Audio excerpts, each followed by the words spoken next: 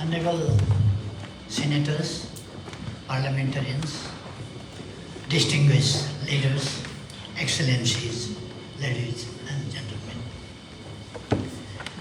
I wish to begin by thanking the organizer for convening this important meeting and for the opportunity given to me to share my views on this critical issue. Climate change has catastrophic impacts on people and the planet.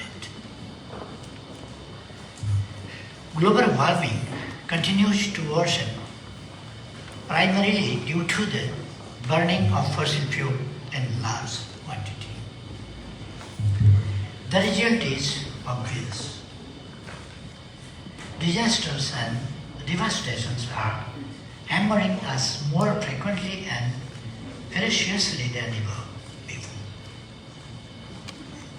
For this, phasing out fossil fuels is all the more important. On this, the agreement on the global commitment during the COP28 to transitioning away from fossil fuels in the just and equitable manner was an achievement.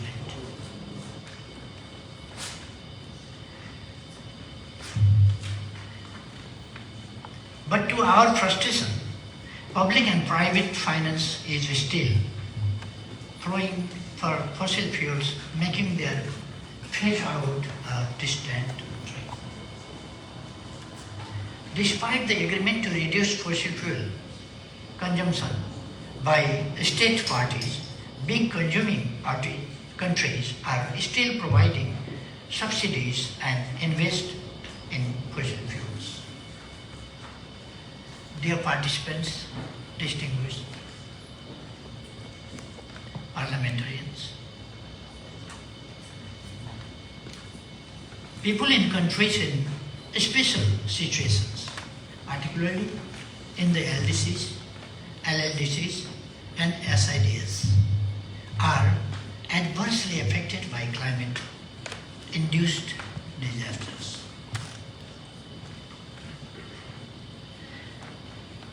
Nepal has usually been contributing to the health of our planet through its forests, mountains, and rivers. And despite these efforts, we continue to bear the brunt of climate change created largely by the actions of industrialized nations. Our mountains play a crucial role in regulating the climate and ecosystem of oceans with their snow-fed rivers flowing down to the oceans. Nepal's Himalayas, as a natural climate stabilizer, help maintain a cooling system in a region situated the hottest zone of the planet between the tropics of Cancer and Capricorn. Global warming caused glacier retreat, altered weather patterns, and increased natural disasters impacting our ecosystems. This recent glacial lake outburst in Thame village highlights this vulnerability.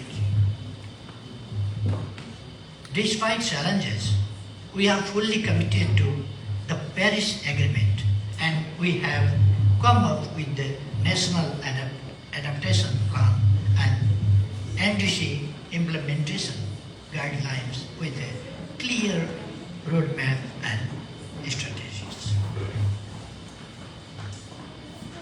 46% of our land is covered by forest.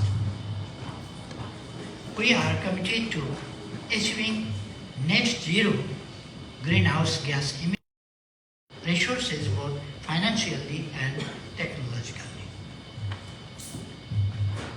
Insufficient financial flows and lack of mobilization of finance hindered our efforts to climate adaptation.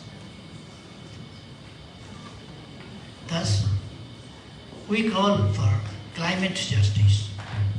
Polluters must take proportionate responsibility to compensate for the loss and damage caused by the climate disaster. They must provide adequate support to vulnerable countries to adapt to the climate changes based on the principle of CBDR.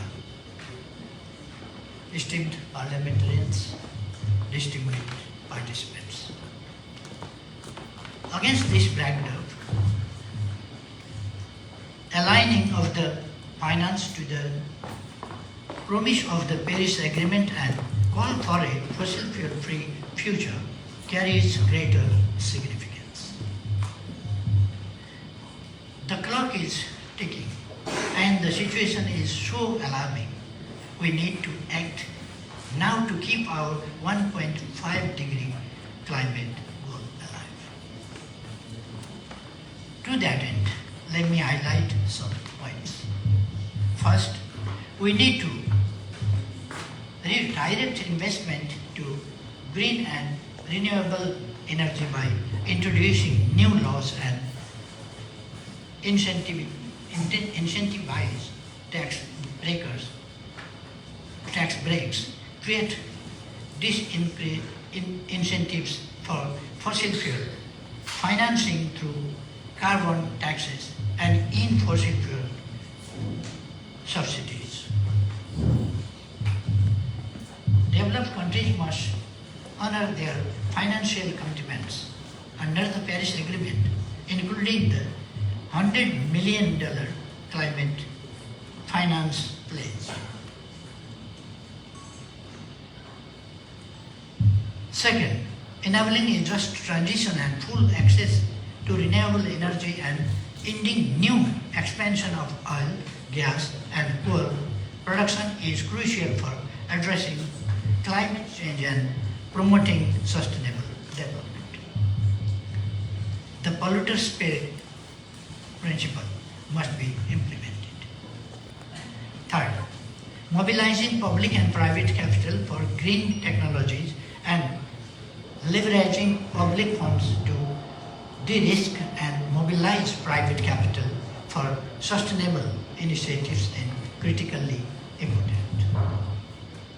Fourth, we call for better access to climate finance with a focus on scaling up and doubling adaptation funds.